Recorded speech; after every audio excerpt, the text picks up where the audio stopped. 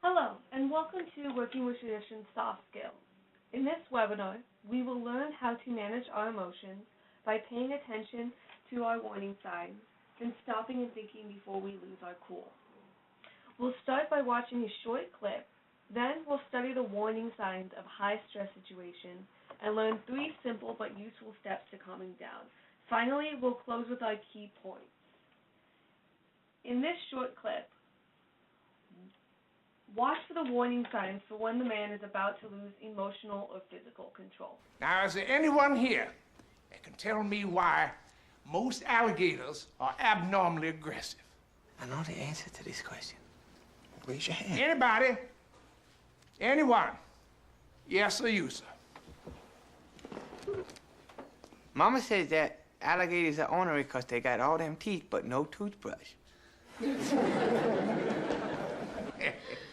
Your mama said alligators are ornery because they got all them teeth and no toothbrush.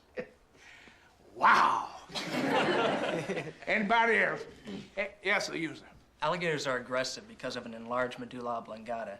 It's the sector of the brain which controls aggressive behavior. That is correct. The medulla oblongata. But Mama said... The medulla oblongata is where anger, jealousy, and aggression come from. Now, is there anybody here can tell me where happiness comes from? No. Anyone? Oh. All right.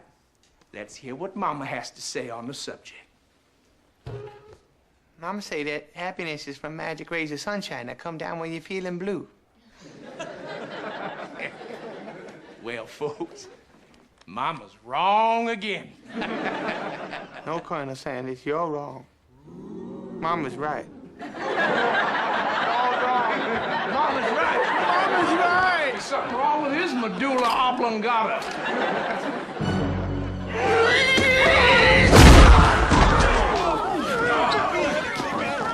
It's okay to fight back. Coach Klein said I could. Mr. Coach Klein said I could. It's fine. We all have warning signs when we're about to lose emotional or physical control. You can almost always feel it when a serious problem is coming on. These warnings are like road signs, meaning dangerous curves ahead, except that they're inside us instead of outside us. We feel them in our hot faces, our tense bodies, and in our aching heads. If we learn to pay attention to these signs, we can often catch ourselves before we do something that will lead to negative consequences. The second rule of self-control is self-awareness. This means knowing what is happening inside us so we can catch ourselves before getting too worked up. There are 3 types of warning signs that help us know when we are getting worked up. If you have your workbook, please turn to page 46. Mental warnings are intense thoughts, such as "I can't stand this anymore," that tend to pump us up rather than calm us down. Sometimes our thoughts and feelings let us take a bad situation and make it worse. Intense thoughts and feelings warn us that our emotional temperature is rising. An emotional warning. Intense feelings, such as feeling furious, helpless, or overwhelmed, that make it harder to slow down. Physical changes. Sudden physical warning is a physical warning, such as red face, clenched fist, or pounding heart, which are our most visible sign of stress. Our physical reactions to stress can also be a warning sign for us. These are involuntary things that happen to your face or body when you're getting stressed out. They tell you that you're getting too worked up to be calm and rational about a situation. The main point is that self-control is self-awareness. This means knowing what is happening inside us so we can catch ourselves before getting too worked up. One way to catch ourselves is stop and think. Going into stressful situations overwhelmed by emotion usually just makes them worse. Employers understand that we will make mistakes from time to time, but they also expect that we will control our actions and our attitudes when dealing with difficult coworkers or customers.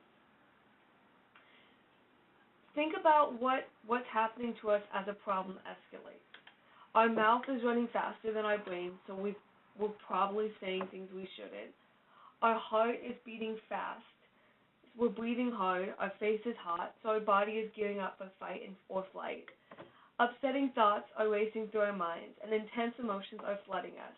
At the moment, the problem seems very personal. Before we can get control of the problem, we've got to get control of ourselves. 3 simple steps will help us to avoid emotional blowouts, to slow down and start thinking clearly. Looking at page 47 on your workbook, stop and think. Step 1, be quiet. First, slow down, especially if you are saying things that could make the problem worse. To get control of yourself, you first have to stop talking and be quiet. Write down some quick ways that you can be quiet. Bite your lip, take a deep breath, chew gum. Step 2, calm down. Slow down physically. Give yourself some time and space to calm down. Do something to unwind your mind and relax your muscles and give yourself time to think. In your workbook, page 47, write down some quick ways to calm down. It could be counting to 10, taking a deep breath, turning to the side, going to the restroom. And finally, step 3, think positive. Finally, slow down mentally. Interrupt negative thinking that makes you upset. Find a way to interrupt the negative thinking that is pulling you down. Say something positive to yourself over and over that will help you calm down mentally and give you a better perspective. On workbook page 47, write some quick ways to think positively. You maybe uttering the phrase, "This too shall pass," listening to a song for a minute, just let it go. Sometimes all it takes is 5 or 10 seconds to you stop and think and get yourself under control. Other times, especially when the feelings have been building for a long while, you need a lot longer to really calm down. What else can you do at times like these? Where do you go? Who do you reach out to? What do you do when you really need help calming down? Think of some solutions and use it for the next time that you start feeling yourself losing cool.